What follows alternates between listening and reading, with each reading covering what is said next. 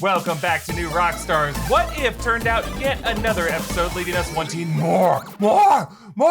But we are filling in the pieces with the mid-season trailer that just came out. Some new footage from remaining episodes seems to be pointing at some kind of mystery threat on the horizon in the season finale that the Watcher could tie all of these loose ends back together to fight. Who is this multiversal threat, and how close does the Watcher need to be to us to tell us about it? Because that breath is hot. This is Rogue Theory. It's a show where we pitch the wildest theories to the nerdy titles we love. MT did me a solid this week by jumping on the Easter egg breakdown, freeing me up to come back to host Rogue Theory. I'm so excited. I'm Erik Voss, and going rogue with me today, we have an amazing panel, including good friend of the show, Jessica Clemons. Hi. Producer and host of the Mass Effect Adventum podcast, Matt Acevedo. Hey, everybody. And back from his own astral plane, it's off-screen producer Brandon Barrick. Hello, I'm back, baby. Guys, I'm so excited to talk about where What If is at right now. Because assuming several of these characters from these past 6 What If episodes are going to return in the finale, what threat do we think they're going to face? And how will it tie into Multiverse of Madness? Because I think that's the title that this What If series is most steering toward. So are we going to be looking at a team of fallen Avengers that have to get resurrected? Because there was that one shot of Doctor Strange with like Party Thor from what sounds like an upcoming Ragnarok episode where Party Thor is like, hey, zombies, that sounds like a great idea.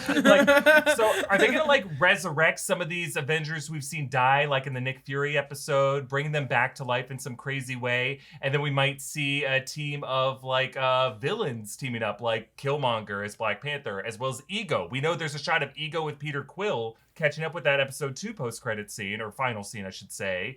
Collector, we might think still be out there. Zombie Thanos, for sure, still out there. I think there will be an ultimate big bad that Uatu freaks out about and finally intervenes. Who do we think that could be? And how do you think that will tie in the Multiverse of Madness? I kind of think that Doctor Strange is going to be a bigger deal, after that crazy episode. I really think he's kind of leaning up to be out for some sort of revenge or something because Uatu didn't do anything at all.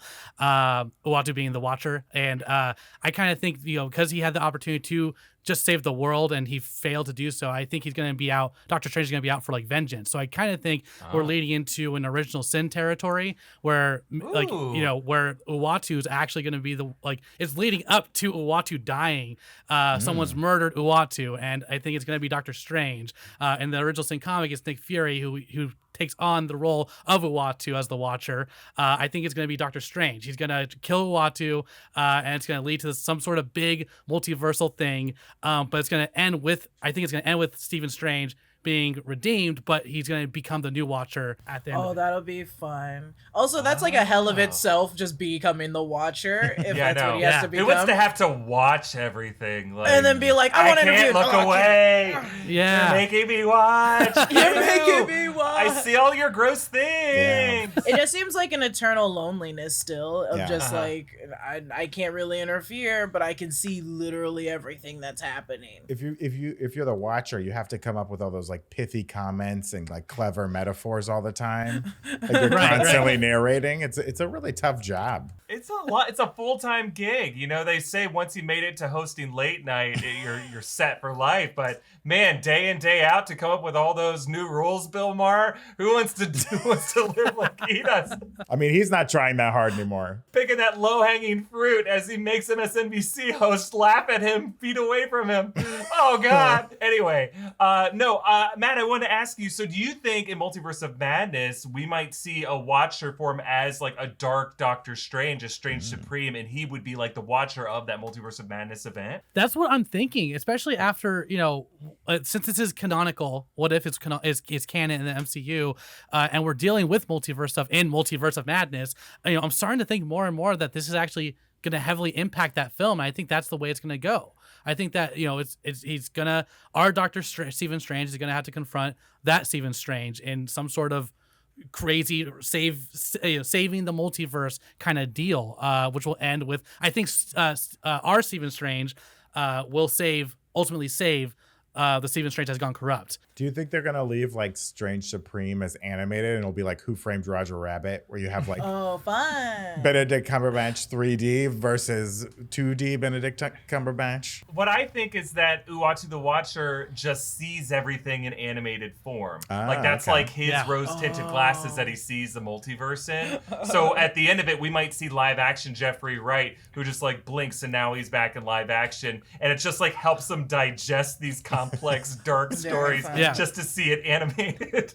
And that will just be the rationale of it. And we're actually in Westworld, and he's just an android, and and doesn't it's look just all like made anything up. to me. I mean, can we just acknowledge real quick that Jeffrey Wright is in everything? He's gonna be playing Gordon in the Batman. He was in Westworld. He was in the Hunger Games. Like, this guy can do no wrong. He already is Uatu the Watcher. He's in every possible fictional reality. He's been watching it all, baby. I think the Watcher could be the big bad. That's a great theory, Matt. I mean, this first villain thing that we saw, the tentacled monster that we've seen in 2 different ones now, and they won't give us like a full shot of what it is. And then there's all these rumors of like Shumagorath showing up in, Multiverse of Madness. It's like, if this tentacle monster isn't Shumagorath, then why haven't they shown it to us? Why are they hiding it? Why just the tentacles? There's got to be more to it. I think that could be the big bad, but I'm concerned about, there's been shots in the teaser of Gamora, right? Kind of wearing Thanos' armor. Yeah. And we know from episode 2 that Thanos gave up his like job, his quest, but maybe his daughter Gamora took it up, and she's gonna out there to finish the job, and that's why these guys are gonna have to come back together to kind of stop this Gamora who gets the Infinity Stones, and maybe she's aware of the multiverse, and she's gonna use those Infinity Stones to like cross the multiverse and really do some damage. Maybe get her family back that she lost from the. I assume this Thanos that gave up his quest still murdered her family and then gave up. And she's probably like, what the hell? That was for nothing? I want revenge. I want my family back. I'm going to take them from whatever multiverse I can get. And that might be the big bad, is Gamora herself. I love that idea, Brandon. What's interesting is, we do see Gamora in the trailer footage wielding that copter sword, but we also see Vision suited up in like an Ultron type armor with the Infinity Stones in his chest. I wonder if as part of this big melee final battle that all these heroes will be suited up in some kind of villainous shell, whatever, like hermit crabs stealing each other's shells to fight each other. I assume that happens. Like, I wonder if that could be something, the way it goes down, like some villain is becoming the hero of their own story, gives up their previous armor, and then the hero takes that and they fight each other. I mean, it's all about toys, right? That's the kind of toy I want. Right. That's a toy. That sells, man. That sells. Is that Vision even Vision, or is that Ultron getting his final form? That's what I was confused. Right. I thought I was thinking what Brandon was thinking when I watched it. I was like, oh God, it's Ultron. I mean, that's kind of the theory, right? That like it is Ultron's final form, what he wanted to create at the end of Age of Ultron, before Helen's show was like. But I want to revisit like Ego. Like, I thought we were done with Ego from that episode 2 scene, but in the trailer now we see him back in the Dairy Queen powering up Peter Quill. What do we think is next for that? I think if this Ego finds a Peter Quill who didn't get the perspective of the one we saw in the MCU, he could very easily just plunk that little battery boy and plug him into a system and wipe out a bunch of planets in the universe and finish that job that he wanted to do. I think that's the most dangerous part, is that this Peter Quill is not going to be put up a fight at all, or be like, hell yeah, let's do it, Dad. My life sucks. I'm mopping up soda spills at the same Dairy Queen where you banged my mom in the woods. Like, I got to get out of here. Get me out of here. You banged my mom in the woods. He's working at the same Dairy Queen where they banged in the woods. He doesn't know that right now. He's just like, I just work at this Dairy Queen. I love that. Do Celestials bang people's moms in the woods? I mean, come on. If they do, does it make a sound? You bet it does. You bet it does. It's my favorite Dear Evan Hansen lyric. So, like, this Black Panther, Killmonger episode ended so open-ended, and we know in trailer footage we do see Shuri and Pepper Potts leading the Dora Milaje, kicking ass. Like, have each of these standalone episodes just been the first act of like what is truly a big 2-act event, and that they're not anthologies, that the watcher's going to be like, no, I need you, fight them. Oh, that sounds really cool. I would love for him to be like, everyone's a toy and I get to choose where everyone goes. My whole theory for this was essentially that I thought zombie Thanos would eventually get all of the stones because they were still stupid, but they were still capable of doing their jobs and using their powers and using any kind of technology. So if he collected all those stones and he was a zombie, do you know what he could do with all of that power as a zombie that's just like, I'm going to open the world and I'm just going to take it over and I'm going to do whatever I want. So if he did open up the like timeline or different multiverses or whatever and just bounce planet to planet, he could destroy everything instead of just doing the snap. So I assumed, with that being said, that opening that, he could open up a not like essentially what we want from the multiversal war, but he could open and like release all the zombies into any kind of plane. And with that being, I think while that's happening, we have the second story. I don't think they're gonna all come together and fight universally. I think we have what's happening in Wakanda on its own, because I think Eric Killmonger still has that mission of like, this is revenge for me. I hate the outside world for what they did to my people, how they oppressed them, and I hate what you guys did to my father. So I'm just here to make sure you guys fight each other and I'm just the man out of it. So I think these fights are all going to be happening in different times. And so I don't think ego is going to come into play right now. I think that's going to be a second season thing, because that's such a higher tier of what's going on. It's like, well, now I'm going to take over the world or like the universe. So I think we're just getting prepared for that. But right now we're going to have a fight between all different people. And at the end, we're going to have to make up this like really bad team of Avengers.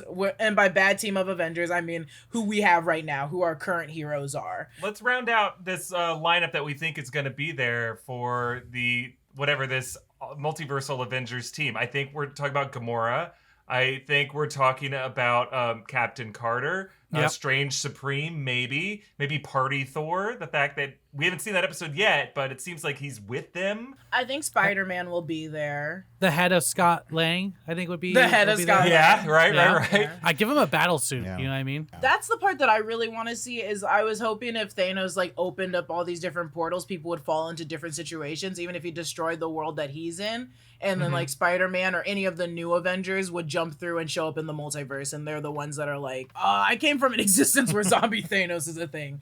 But who knows what's gonna happen. Yeah, who knows? I think Doctor Strange is gonna play a good character at the beginning, but ultimately he's gonna be the bad guy, because why would he want to go back to his timeline? There's nothing there. Are you talking Just about the Doctor Strange or our Doctor Strange?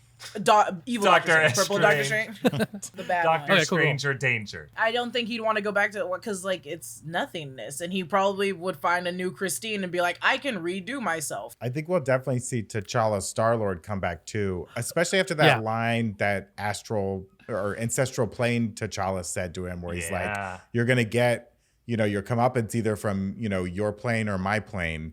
And I think we could have like the Killmonger who runs Wakanda and maybe took over that world. Who knows? He could get pulled into all this, and then T'Challa Star-Lord's gonna show up and really freak him out and take him down. Yeah. All right, so I think we have some really good thoughts headed into these final couple episodes of What If. I am going to award some points now. Jessica, you are going to get a point for your idea that zombie Thanos could be the Nexus being that causes a huge multiversal chaotic event. So you're getting a point. Brandon, you're going to get 2 points for suggesting that Gamora could pick up where her daddy Thanos left off, but also this reminding us of this interesting line from the recent episode of either on your plane or mine. I think that was a huge clue of where things are headed. Matt, I'm going to give you a point for your idea that Doctor Strange, evil Doctor Strange or dark Doctor Strange, Strange Supreme, could be the next Watcher going this original sin direction. I think that's a cool idea. I'm also going to give you a point for Dr. Strange. Hell yeah. I just love that. Thanks, man. But it's still anyone's game as we move on in this episode. But first, over at newrockstarsmerch.com, they have not one, but 2 Shang-Chi inspired shirt designs. There's the latest Obsession shirt, The Great Protector. It's got a cool dragon design. There's also a new shirt with that lovable fluff ball Morris. Both are in limited supply. You got to snap them up quick. Get yourself a cool shirt. Help support New Rockstars and all the content we make. You can also get this What If shirt. Getting the What If shirt, the Great Protector shirt, allows you to write in those custom shout-outs in our Inside Marvel episodes. But with fall upon us, it's now a great time to grab a New Rockstars hoodie or a hat, start plotting that Christmas list around some other cool gear, like a New Rockstars bomber jacket or a King Shark backpack. I said King Shark backpack. You did. That's on I'll our take both. OnlyFans. You can't get that on the merch store yet. But we're working on that crossover. There's just a lot of cool stuff that you can get that you won't find anywhere else. NewRockstarsMerch.com. Hey, we want to thank our sponsor of this episode, Mint Mobile. After years of fine print contracts and getting ripped off by big wireless providers, we've learned that there's always a catch. So when we heard that Mint Mobile offers premium wireless service starting at just $15 a month, we wondered, what is that catch going to be? Well, the catch is there ain't one. They're the first company to sell wireless service online only. They cut out the overhead costs and pass on those sweet savings directly to you. And New Rockstars, Philip reportedly switched to Mint Mobile, and he reportedly loves it. I say reportedly because I don't know how he feels. He's a Machiavellian. But he got to keep his phone and his number, and he is saving so much money. For people looking for extra savings, Mint Mobile offers premium wireless for just $15 a month. All plans come with unlimited talk and text plus high-speed data delivered on the nation's largest 5G network. And if you're not 100% satisfied, Mint Mobile has you covered with their 7-day money-back guarantee. Just switch to Mint Mobile and get premium wireless service starting at just $15 a month. To get your new wireless plan for just $15 a month and get the plan shipped to your door for free, go to mintmobile.com/rogue theory. That's mintmobile.com/rogue theory. Cut your wireless bill to $15 a month at mintmobile.com/rogue theory. All right. One of the big questions I had very early on watching episode 6 of What If was the fact that the reason Killmonger was in the Kunar province of Afghanistan was he said he was on some undercover mission with the 10 rings. And they come out and say it. I love that they did this at the beginning of the episode because now that we've all seen Shang-Chi, we're like, yes, I know what that is now.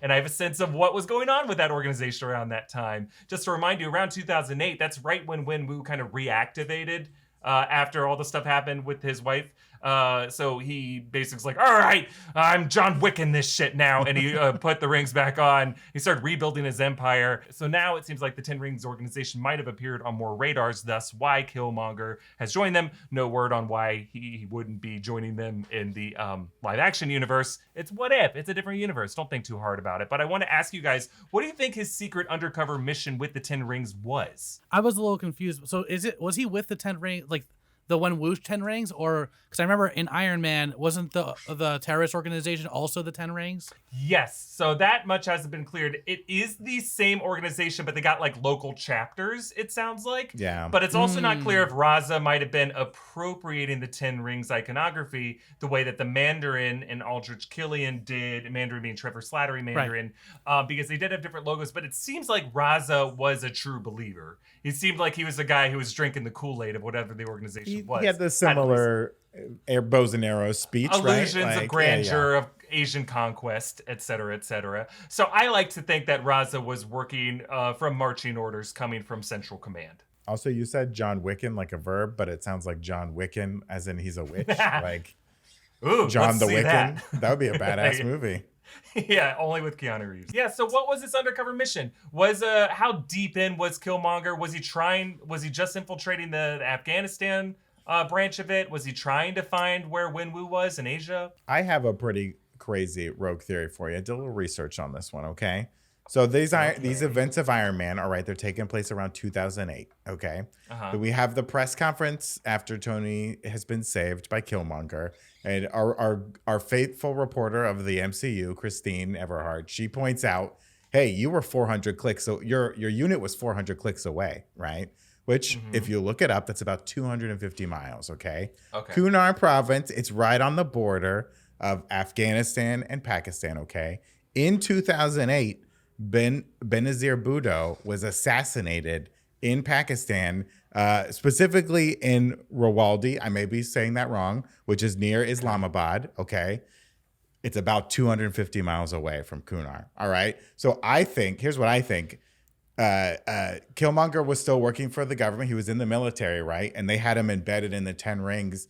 And his group was tasked with taking out Benazir Bhutto, who used to be a prime minister in Pakistan. And he was not prime minister at the time, but he was leader of the opposition party, which was called the Pakistan People's Party. Okay. And so the government, our government does not always do good things in other countries. They had Killmonger and his unit there to infiltrate the 10 Rings to make sure that they take out Benazir Bhutto.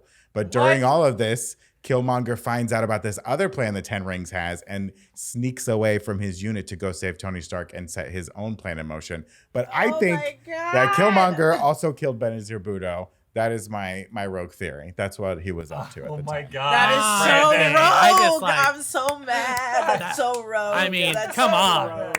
I'm not even going to say my stupid. Because it really bugged me that Christine pointed out that the unit was 400 clicks away. He was not with his unit at the time. So what were they up to? That's what got me thinking about it. I think you have a good point. That could have been what they were up to. They didn't say the direction. They didn't say the direction.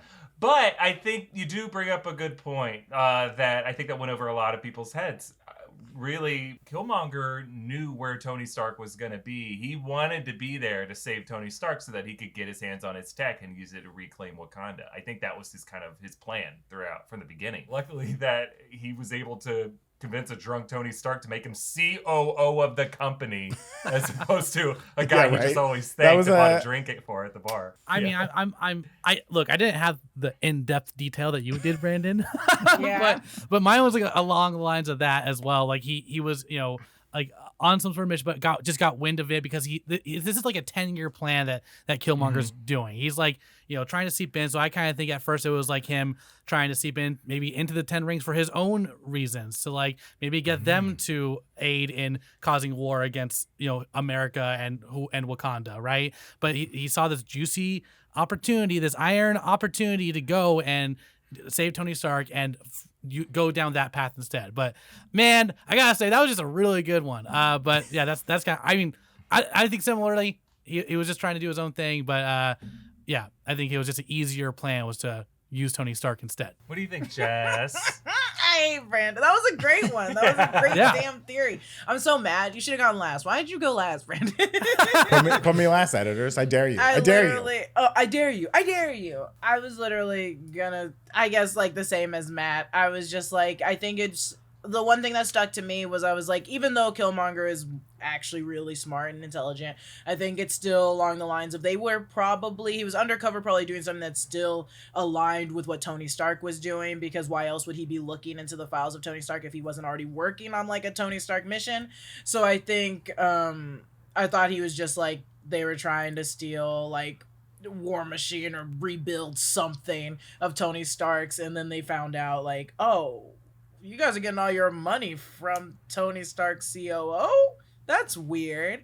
I'm gonna release all these documents. So that was truly mine. Yeah. Not as cool as not as rogue and not as cool as Brandon. It was really cool. I do like the idea of thinking that maybe he is a killer and he is very good. So maybe he was actually enlisted by Wenwu himself and like, like was raised upon the actual 10 Rings, and maybe the phrase blood debt has to be played with blood, right? Maybe that like that was like the thing that really kicked it into gear. I don't think so, but I like to think of like, oh, maybe they had like a little exchange. Maybe Killmonger and they had a little conversation over some good Chinese food.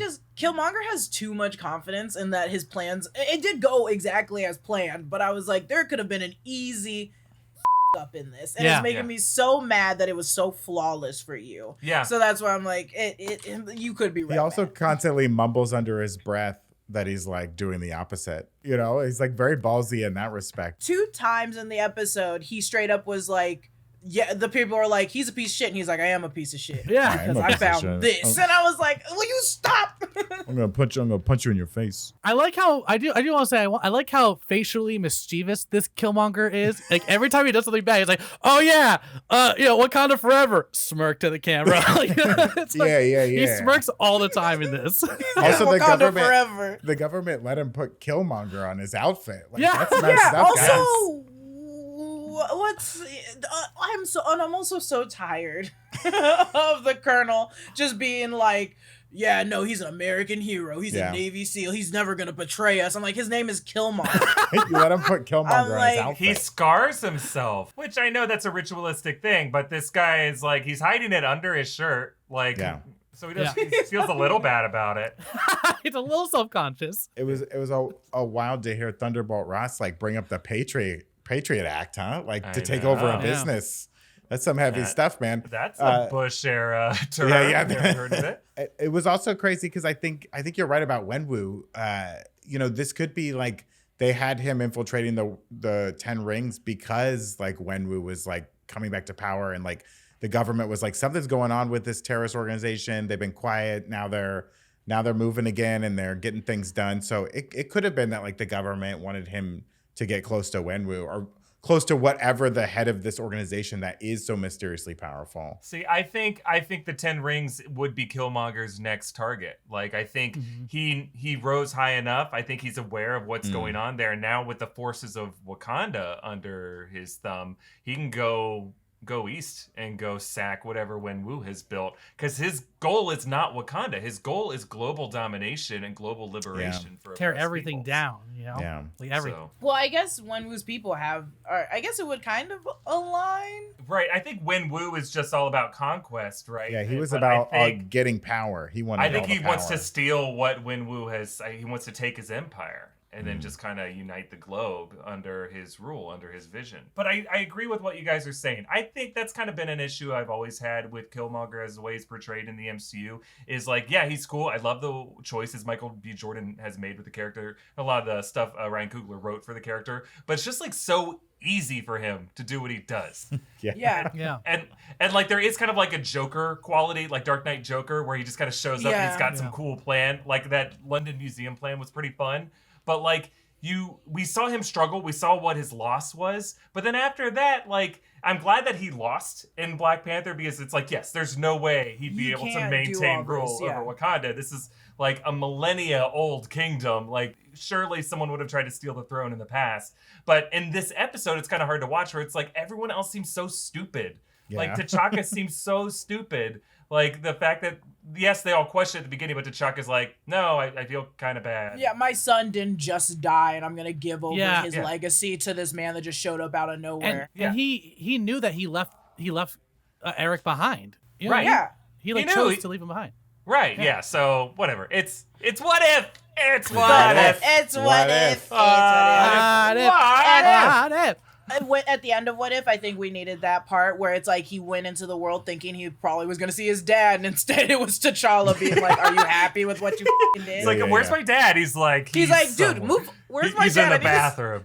I haven't seen him since I was 8, and it's like, yeah, well, you got me instead. Surprise, motherfucker. The man you killed, surprise, motherfucker. The guy you killed 2 days ago. Your cousin.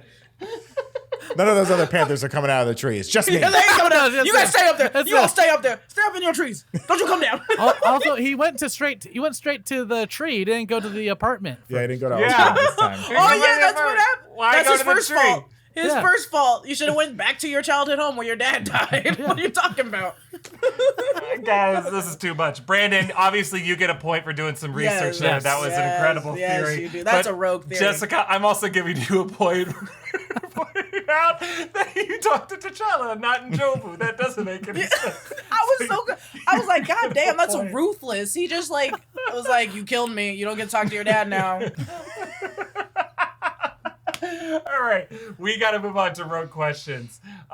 So here is our question. The recently revealed Hawkeye trailer teased us a fully staged Broadway musical called Rogers, based on the life of Captain America. So I want you to pitch me one scene or musical number in this musical, sung by the characters involved. Bonus points if you can sing me a lyric from the musical.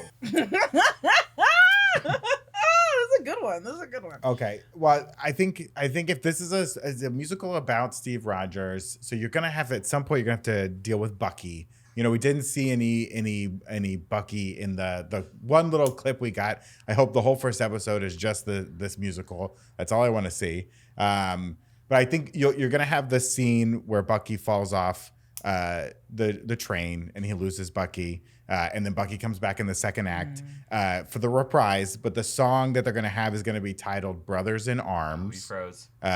Because, Bucky loses his arm. Classic stuff. And a lyric from the song will be like, I'll never let you go. You'll always be my bro. That's the song. Yes. Yeah. And then all the tracksuit Russians in the audience will go, bro. I think the intro number will come in, and it's gonna be skinny little Rogers at a little desk, and he's just singing like, when I grow up, I'm gonna be a soldier. When I'm older, I'm gonna be big. And he's singing about it, and then immediately the lights turn on, and there's these buff soldiers that are like, you're too skinny, you're too small, get it out, you're never gonna fight in the war, you're gonna die at a computer. Computer? He's like, what war? What computer? He's gonna work on the computers, and I don't know what time we're talking about the computers. So they're gonna be doing that, and then they're gonna be like, there has to be like that scene where there's different voices of men, and they're gonna be like, you're too scrawny. There's gonna be that one that's he just like his shoulders up here. He's like, you're too scrawny. Push him into the big guy, and he's like, you're too short. Throw him up into the air, and he's gonna be like, you're too asthmatic. And it's like it's the intro of him getting bullied. And then he goes, whoa, and spins into Peggy Carter's arms. Or not Peggy Carter's. Well, yeah. He spins into her arms. And then she's just like, don't listen to them. You're gonna be a man someday. I don't know why it's always a man thing, but I don't know. It is. And always a man thing. And then she spins him into the little tube where he turns into the big ass man. It's a little jumpy. Yeah. It's a little jumpy. Never said I love theater. Didn't say I was a screenwriter for it though. No, So I I just think that's great. And then you can call it 4F. That was his code for being rejected. Oh, there you go. But then it could Yeah. go straight into for sake. Why am I so small? Yeah. Why am I tiny? Jessica, you got to have him get buff in the first song. I think you need to get it out of the way as quickly as possible. There's We don't so wanna waste much a lot to of time. fill. We don't Yeah, wanna there's waste a lot too of time. much. That's true. There's too much. I went to town on this when I saw it. So a little bit about me. Back when Hamilton just came out, I did a thing called Hamiltunes in LA, and we did sign up and come sing a song from Hamilton. So I got some friends in there, and when that came out, we just started talking immediately. And here are some of my favorites that we came up with. One of them is from Thanos' perspective, and it's definitely played by Jonathan Groff, and it's "You'll Be Snapped." Yes. And it's literally him singing about it's him building up. It's 3 times throughout the show. It's like we go up to the we have 3 acts in this play. We have Captain America 1. We have the Battle of New York, and then the 3rd act is a mix of Winter Soldier and to Endgame, right? But he has 3 times where he comes out and sings "You'll Be Snapped." And it's it's Jonathan Groff, and he's kind of it's like spoken word almost like "You'll be snapped soon. You'll see." It's just literally "You'll be back, but you'll be snapped." And then there's the Battle of New York instead of the Battle of Yorktown, right? And it's just we're in it. It's the first time they all come together, and it's Phil Coulson is the one who says you have to avenge them. I don't know. Anyways, it's a whole thing. I'm getting too excited about this. I love it. I eat this shit up, man.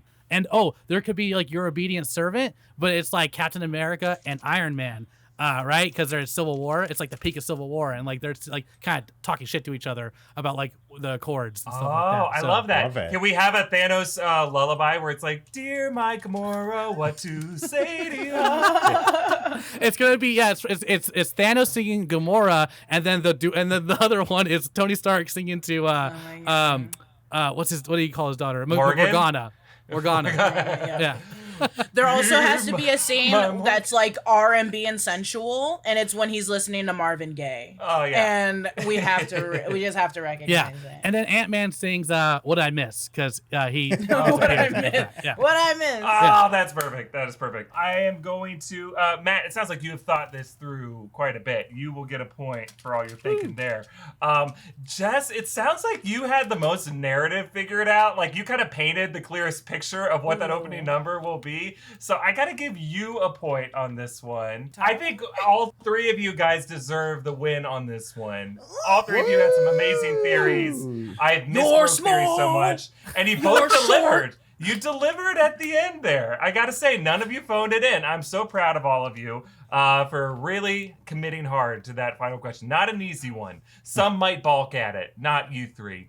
Not you three. Well, that is it for this episode of Rogue Theory. I want to thank all of our guests, Jessica Clemons, Matt Acevedo, Oscar and producer Brandon Barrick. And you can support this channel by checking out our latest Obsession shirt by Shang-Chi and our brand new shirt by that Chicken Pig Morris and our What If shirt as well. Follow all three of these amazing people on social media. Support all their other projects that they're working on. Show them some love online. And if you want to get some merch, newrockstarsmerch.com is where you can find it. You can follow me at EA Voss, follow New Rockstars on all social platforms, and be sure to subscribe, of course, to our channel here on YouTube. I will see you next time. Thanks, everybody. Bye. Bye. Good